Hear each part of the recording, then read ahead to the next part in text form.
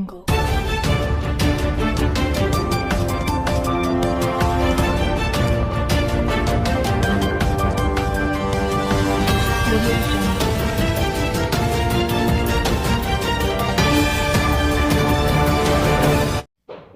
To మన Bheemili news. ముందుగా bulletin లో హెడ్లైన్స్.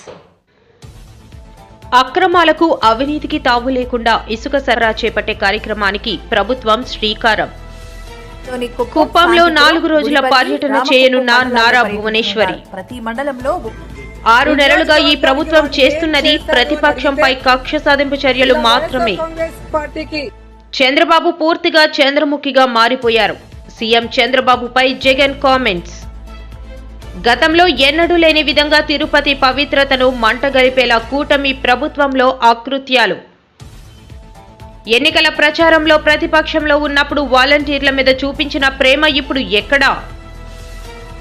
విశాఖపట్నం మధురవాడ చంద్రంపాలెంలో ద్రోణంరాజు సత్యనారాయణకి నివాళులు. కెనడాలో గాజువాక యువకుడు అనుమానాస్పద మృతి. శోక సంద్రంలో ఫణికుమార్ తల్లిదండ్రులు. అక్రమాలకు అవినీతికి తావు లేకుండా ఇసుక సరఫరా చేపట్టే కార్యక్రమానికి ప్రభుత్వం శ్రీకారం చుట్టింది అని గాజువాక ఎమ్మెల్యే తెదేపా రాష్ట్ర అధ్యక్షుడు పల్లా శ్రీనివాసరావు అన్నారు. ఇసుక సరఫరా కేంద్రంను ప్రారంభించిన ఎమ్మెల్యే పల్లా శ్రీనివాస్ ఎటువంటి అవినీతికి అక్రమాలకి తావు లేకుండా ప్రభుత్వం నేరుగా ఇసుక సరఫరా చేస్తుందని ఎమ్మెల్యే పల్లా శ్రీనివాసరావు అన్నారు. ఎవరైనా నేరుగా వచ్చి టన్నుకి 1000 రూపాయలు చెల్లించి ఇసుక తీసుకుని వెళ్లవచ్చని పల్లా అన్నారు. ఇసుక విషయంలో ప్రభుత్వంకి నష్టం వస్తున్నా కూటమి ప్రభుత్వం ప్రజలకి నేరుగా ఇసుకను అందించడానికి వెనకడుగు వేయలేదని, దళారులను నమ్మి మోసపోవద్దని, గతంలో వైసీపీ ప్రభుత్వం ఇసుక విషయంలో హైడ్రామా ఆడిందని, అర్బన్ ప్రాంతంలో అభివృద్ధిని దృష్టిలో పెట్టుకుని ఆలులోవా గాజువాక ఇసుక యార్డ్ను అందుబాటులోకి తీసుకుని వచ్చామని అన్నారు. ఈ కార్యక్రమంలో Gajuwaka tahsildar Srivalli, TDP Gajuwaka incharge Prasadula Srinivas, Gajuwaka CI Parthasarathi, yard incharge Nagendra పాల్గొన్నారు. మైనింగ్ డిపార్ట్మెంట్ వారు ఇక్కడ ఇసుక డిపోలు ఏర్పాటు చేయడం జరిగింది. ఇది అంటే వాళ్ళు పర్మిషన్ ఇచ్చిన తర్వాత ప్రైవేట్ వ్యక్తులు ఇది ఏర్పాటు చేసుకున్నారు. సో ఇక్కడ ఒకటి గాజువాక, అలాగే ఆరులో ఇంకొకటి భీమిలి. ఎక్కడైతే ఇసుక డ్రై ఏరియాస్ అంటున్నారు, ఇసుక దొరకనటువంటి ప్రాంతాలు, ఇవన్నీ కూడా మనకి చెరువులు కానీ గడ్డలు కానీ లేవు కనుక ఈ ప్రాంతంలో డ్రై ఏరియాస్ కింద డిక్లేర్ చేసి ఇక్కడ ఈ డిపోస్ ఏర్పాటు చేయడం జరిగింది. ఈ డిపోస్ అన్నీ కూడా చాలా ట్రాన్స్పరెంట్గా, అంటే ఒక కొన్ని నిబంధనలకి ఎవరైతే పాటించారో వాళ్ళందరికీ కూడా శాంక్షన్ చేయడం జరిగింది. సో ఇక్కడ ఒక టన్నుకి 1000 రూపాయలే. గతంలో అయితే అది 2000, 3000 దాకా పై కూడా వెళ్ళింది, 1500, 2000.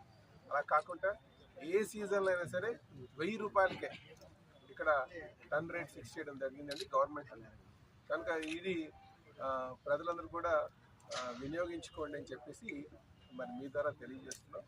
ఎక్కడ కూడా బ్లాక్ మార్కెట్ ఉండకూడదు, భవన నిర్మాణం కాని కార్మికులు ఇబ్బంది పడకూడదు, అలాగే భవన నిర్మాణం చేసుకున్నటువంటి యజమానులు ఇబ్బంది పడకుండా ఉండాలనే ఉద్దేశంతో గౌరవ ముఖ్యమంత్రి గారికి ప్రజలకు అభిష్టం మేరకే డిపోలన్నీ కూడా ఏర్పాటు చేయడం. అలాగే దీనివల్ల కొంత ప్రభుత్వానికి నష్టం ఉన్నా సరే, ఎందుకంటే ఇదివరకు రాయల్టీ కలెక్ట్ చేసేవారు, సేంద్రేజ్ అని చెప్పి రాయల్టీ అని చెప్పేసి ఇవి కలెక్ట్ చేసేవారు. కానీ రాయల్టీ కానీ సేంద్రేజ్ కానీ ఇవన్నీ లేకుండా ప్రజలకి, ఎందుకంటే నిర్మాణ రంగం బాగా అభివృద్ధి చెందుతున్నటువంటి దశలో ఉంది కనుక ఇవి నిర్మాణదారులకు కానీ లేకపోతే భవన నిర్మాణం కార్మికులు కానీ ఎవరికి ఇబ్బంది లేకుండా ఉండాలనే ఉద్దేశంతో ఈరోజు రాష్ట్ర ప్రభుత్వం ముఖ్యమంత్రి గారు ఆలోచనతో డిపోలు ఏర్పాటు చేయడం జరిగింది. అలాగే ఎక్కడైనా సరే మీకు బ్లాక్ మార్కెటింగ్ అనేది అనడానికి తావు లేకుండా, ఒకవేళ ఎవరైనా సరే బ్లాక్ మార్కెటింగ్ చేశారు అన్నా సరే మీరు మాకు చెప్పొచ్చు. కానీ ఈరోజు సప్లై ఎక్కువ అవుతుంది కనుక బ్లాక్ మార్కెట్ ఉండేటువంటి పరిస్థితి ఉండదని మేము అనుకుంటున్నాం.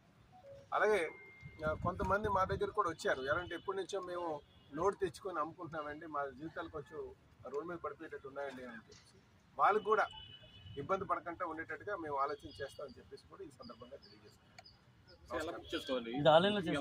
ఇవన్నీ కూడా ఆన్లైన్ బుకింగ్ అనేది, ఆన్లైన్ ఇక్కడ కూడా రావచ్చు కదండి, మాన్యువల్ కూడా చేసుకోవచ్చు. ఎవరైనా సరే ఆన్లైన్ ఇబ్బంది అనుకుంటే ఈ డిపో దగ్గర 4 రోజుల పర్యటన నిమిత్తం గత రాత్రి భువనేశ్వరి కుప్పం చేరుకున్నారు. కుప్పం చేరుకున్న భువనేశ్వరికి స్థానిక టీడీపీ శ్రేణులు ఘనంగా స్వాగతం పలికారు. ఈ రోజు నుంచి 4 రోజుల పాటు నియోజకవర్గంలోని కుప్పం, శాంతిపురం, గుడిపల్లి, రామకుప్పం మండలాల్లో పర్యటించనున్నారు. 4 రోజుల పర్యటన నిమిత్తం గత రాత్రి భువనేశ్వరి కుప్పం చేరుకున్నారు. కుప్పం చేరుకున్న భువనేశ్వరికి స్థానిక టీడీపీ శ్రేణులు ఘనంగా స్వాగతం పలికారు. ఈ రోజు నుంచి 4 రోజుల పాటు నియోజకవర్గంలోని కుప్పం, శాంతిపురం, గుడిపల్లి, రామకుప్పం మండలాల్లో పర్యటించనున్నారు. ప్రతి మండలంలో భువనేశ్వరి పర్యటన షెడ్యూల్ ఇప్పటికే ఖరారైంది. ఈ రోజు ఉదయం తాను బస చేసిన కుప్పం పిఎస్ మెడికల్ కాలేజ్ వద్ద ప్రజల నుంచి వినతి పత్రాలను భువనమ్మ స్వీకరించారు. అనంతరం శాంతిపురంలోని కడపల్లిలో సొంత ఇల్లు నిర్మాణం జరుగుతుంది. ఈ క్రమంలో అక్కడికి చేరుకున్న సీఎం సతీమణి ఇంటి నిర్మాణ పనులను పరిశీలించారు. ఏంటో చెప్పగలరా? చెప్పండి. ఉన్నటువంటి striking qualities. You mean to say the same qualities? Yes, ma'am. Striking qualities, okay. Chandrababu Naidu garu chala serious person. ఆయన అట్లా సీరియస్గా I mean to say he's super focused. Okay, ఆ సూపర్ ఫోకస్ అనేది చాలా తక్కువ మందిలో ఉంటుంది. And and Lokesh is a very grounded. Chandrababu Naidu గారి కొడుకని కానీ సీఎం గారి కొడుకని కానీ అది ఉండదు. అతను కూడా అతని మీద అతనికి ఆ నమ్మకం. అతను ఎప్పుడు అంటాడు, నేను అంటాను, I would like to be known as Lokesh mother, not Chandrababu Naidu son. So అతను కూడా అదే అంటాడు, I like to shine out as Lokesh and I want to give back to the society. And the most main thing నా ఫ్యామిలీలో is we're all very grounded. I mean to say grounded in sense మాకు we're down to earth. ఇప్పుడే చెప్పాను, డబ్బులు వస్తాయి వెళ్తాయి, that is not important. As a family మేము ఒకటే నమ్ముతాం, that dignity, respect, what we have to get from the people. చివరి వరకు మాకు అదే మిగులుతుంది, డబ్బు కాదు మిగిలేది. డబ్బు is always secondary or thirdary. And so these are the striking features. Chandrababu Naidu గారు ఎప్పుడు ప్రజల కోసం ఏం మంచి చేయాలి, ఏం చేస్తే వాళ్ళకి ఉపయోగపడుతుంది అనే ఆలోచన. అట్లానే లోకేష్ కూడా he's the same. He wants to do something for the youth. And promise చేసినట్టు 20 లక్షల ఉద్యోగాలు అంటున్నారు. సో దాని మీద he's very confident that he'll bring employment తీసుకొస్తారని ఆంధ్రప్రదేశ్కి. Thank you ma'am. I thought she asked about Lokesh. Oh, both. I thought you were asking about Lokesh and Chandrababu Naidu garu. I'm sorry, Amma. Nandamuri Taraka Ramarao garu kuda ayana the same. Ayana enta pedda actor aina, political leader aina kuda ayana eppudu hard working. మేము ఎప్పుడు ఆయన్ని పెరిగేటప్పుడు ఆయన ఎప్పుడు చూడలేదు. ఎందుకంటే మీ అందరికీ తెలుసు ఆయన చాలా 6 నెలలుగా ఈ ప్రభుత్వం చేస్తున్నది ప్రతిపక్షంపై కక్ష సాధింపు చర్యలు మాత్రమే. ఈవీఎంలతో గెలిచిన కూటమి నేతలు భయపడాలి. వైఎస్ జగన్ సైనికులు దేనికి భయపడరు. కూటమి ప్రభుత్వ హనీమూన్ కాలం అయిపోయింది. నీతిమాలిన రాజకీయాలు చేస్తున్న కూటమిని అందరం ఒక్కటై ఎదుర్కొంటామని మాజీ మంత్రి రోజా అన్నారు. తెలుగుదేశం పార్టీ అధికారంలోకి వచ్చిన తర్వాత ఈ 6 నెలల కాలంలో ఈ నియోజకవర్గానికి వాళ్ళు ఏం చేశారు అని అడిగితే, ఇలా వైఎస్ఆర్ కాంగ్రెస్ పార్టీకి స్ట్రాంగ్ గా ఉన్న లీడర్లు, పేద ప్రజల కోసం పనిచేసే లీడర్ల ఇంటి ముందు గుమ్మాలు కొట్టడం, వాళ్ళ పొలాలకి అడ్డంగా గోడలు కట్టడం, అలాగే వాళ్ళ మీద తప్పుడు కేసులు పెట్టి పోలీసులతో వాళ్ళని బెదిరించడం, ఇలాంటి నీతిమాలిన చర్యలు చేస్తున్నారే తప్ప వాళ్ళు ఇచ్చిన సూపర్ 6 గాని లేదా మిగతా వాగ్దానాలు గాని ఏవీ నెరవేర్చకుండా ఏ విధంగా ప్రజల్ని మోసం చేశారో ప్రజలందరికీ ఇప్పుడే అర్థం అయిపోయింది. కానీ దురదృష్టం ఏంటంటే, ఈ పంచాయతీలో తాగే నీళ్ల దగ్గర నుంచి ప్రజలకి అన్ని అందుబాటులోకి తీసుకొచ్చే సచివాలయం, ఆర్బీకే సెంటర్ అన్ని కూడా ఇక్కడ లీడర్లు వాళ్ళ ల్యాండ్ ఇచ్చి కట్టించి ప్రజలకు అన్ని అందుబాటులోకి తీసుకొచ్చారు. కానీ తెలుగుదేశం గతంలో 14 సంవత్సరాలు అధికారంలో ఉన్న చంద్రబాబు నాయుడు అప్పుడు ఏం చేయలేదు, ఇప్పుడు అధికారంలోకి వచ్చాక ఇప్పుడు కూడా ఏం చేయకుండా వాళ్ళు ఫెయిల్యూర్ అయిన విషయాన్ని కప్పిపుచ్చుకోవడానికి ఈ విధంగా కొంతమందిని టార్గెట్ చేసి వైఎస్ఆర్ కాంగ్రెస్ పార్టీ లీడర్ని వేధించటం, భయభ్రాంతులు చేయాలన్న ఆలోచనతో ముందుకు వెళ్తున్నారు. వాళ్ళు అర్థం చేసుకోవాల్సింది ఒక్కటే, మా నాయకుడు జగన్మోహన్ రెడ్డి గారు భయం అనేది ఆయన బ్లడ్ లో లేదు. ఆయన వెనక పనిచేస్తున్న మేమందరం కూడా జగనన్న సైనికులుగా ముందుకు వెళ్తున్నాం.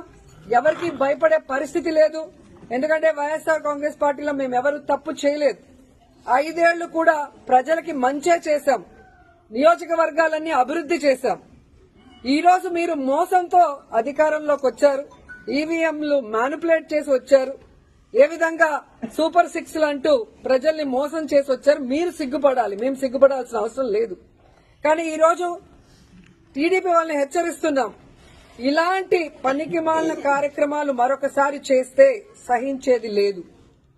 అధికారంలోకి వచ్చారు, హనీమూన్ పీరియడ్ కదా, 1 ఇయర్ మాకు ఇవ్వండి అంటారనే సైలెంట్ గా ఉన్నాం. కానీ రోజు రోజుకి నీతిమాలిన రాజకీయాలు మీరు ఎక్కువ చేస్తున్నారు కాబట్టి ఇక సహించేది లేదు. మేము మా వాళ్ళకి ఎవరికి ప్రాబ్లం చేసినా కూడా ఒక యూనిటీగా మిమ్మల్ని ఎదుర్కొంటామని కూడా ఈ సందర్భంగా తెలియజేసుకుంటున్నాం. ఎందుకంటే గ్రామాల్లో తెలుగుదేశం పార్టీ నాయకులకి ప్రజల్లో గౌరవం లేదు, అభిమానం లేదు కాబట్టే ఈరోజు సీఎల్ని, ఎంఆర్ఓల్ని, ఎంపీడీఓల్ని బెదిరించుకొని వాళ్ళని పంపించి చంద్రబాబు పూర్తిగా చంద్రముఖిగా మారిపోయారు. ఇసుక మాఫియా, లిక్కర్ మాఫియా ఇలా మాఫియాలు చేస్తున్నారని వైఎస్ జగన్ అన్నారు. ఉమ్మడి అనంతపురం జిల్లా నేతలతో వైఎస్ఆర్సీపీ కేంద్ర కార్యాలయంలో వైఎస్ జగన్ భేటీ అయ్యారు.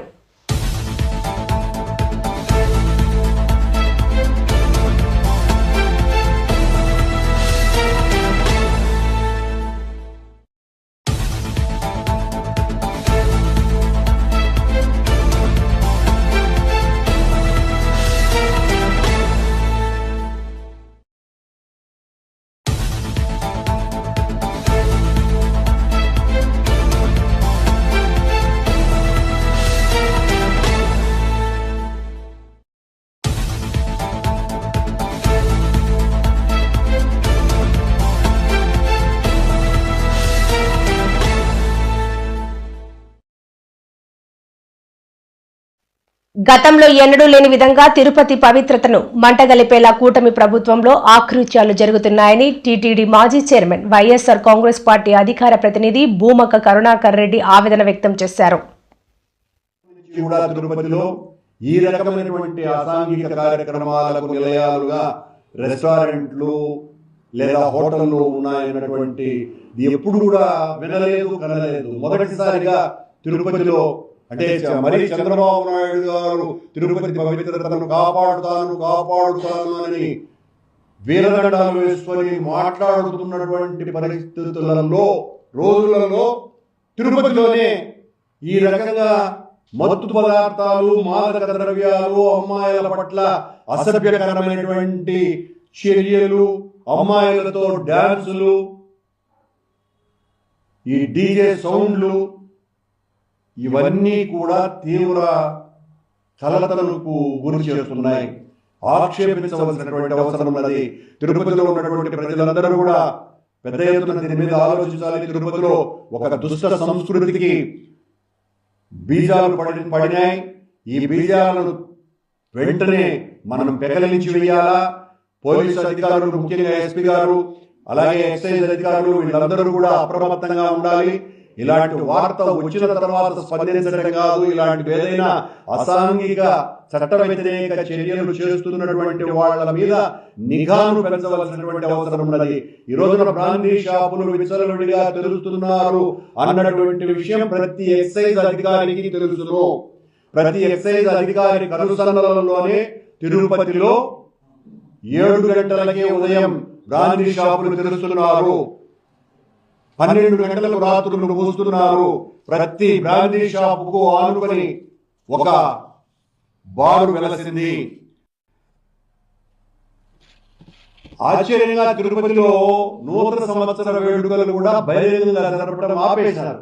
తిరుపతిలో మేము మా ప్రభుత్వం ఉన్నప్పుడు వద్దు, ఇలాంటి కల్చర్ మనం అనుమతించకూడదు, అర్ధరాత్రులు ఈ రకంగా పిల్లలందరూ కూడా కలిసి వేడుకల పేరుతో అసభ్యకరమైనటువంటి చేష్టలు చేయకూడదు అని. అలాంటిది చంద్రబాబు గారి ప్రభుత్వం వచ్చిన తర్వాత ఈ రకంగా వాళ్లకు కావలసినటువంటి వ్యక్తులే ఈ రకంగా చేయడం చంద్రబాబు గారికి తీరని మచ్చ తెచ్చినటువంటి వాళ్ళు అవుతారు. చంద్రబాబు గారు దీనిని దృష్టి సారించాలా. మీకు చాలా చెడ్డ పేరు తెచ్చేటువంటి వ్యక్తుల పట్ల మీరు అప్రమత్తంగా ఉండాలా. అంటే మీరు చేయడం లేదు, మీ ఆదేశాలు లేవని. ఎన్నికల ప్రచారంలో ప్రతిపక్షంలో ఉన్నప్పుడు వాలంటీర్ల మీద చూపించిన ప్రేమ, అధికారం వచ్చిన తర్వాత ఏమైందని 7 నెలల నుంచి కొద్దిపాటి జీతం కూడా లేక తీవ్ర ఆర్థిక ఇబ్బందులు ఎదుర్కొంటున్నారని వాలంటీర్ల సంఘం అల్లూరి జిల్లా గౌరవ అధ్యక్షులు ఆవేదన.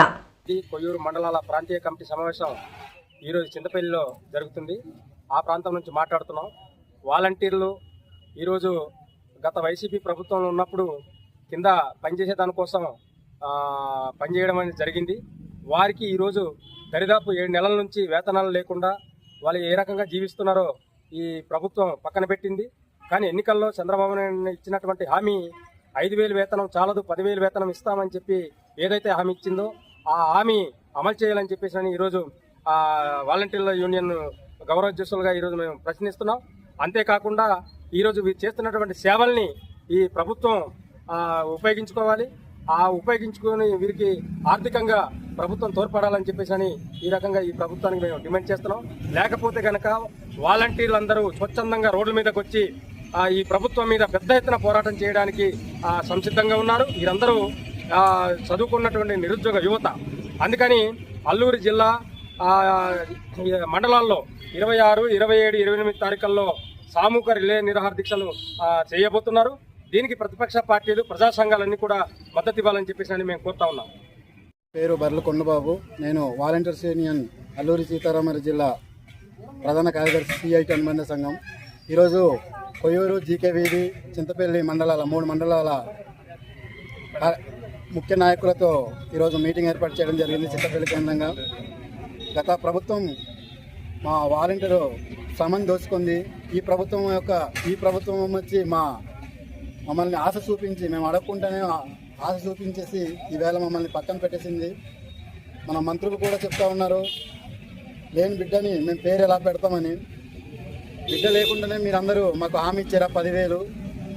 బిడ్డ లేకుండానే మీకు కొనసాగిస్తామని మీరు ఎలా ఇచ్చారు? దీన్ని పూర్తి స్థాయిగా మీరు మా యొక్క వాలంటీర్ బాధల్ని పూర్తిస్థాయిగా తీసుకొని మమ్మల్ని కొనసాగించాలి. లేని పక్షంలో రాబోయే రోజుల్లో ఉధృతంగా మేము సమ్మెలు చేసే కార్యక్రమం కూడా ఉంటాయి. దీనిలో భాగంగానే ఇప్పటికే 7 నెలలు అయింది. మేము ఎటువంటి జీతాభత్యం లేకుండా మేము రోడ్డు పడి ఉన్నాం.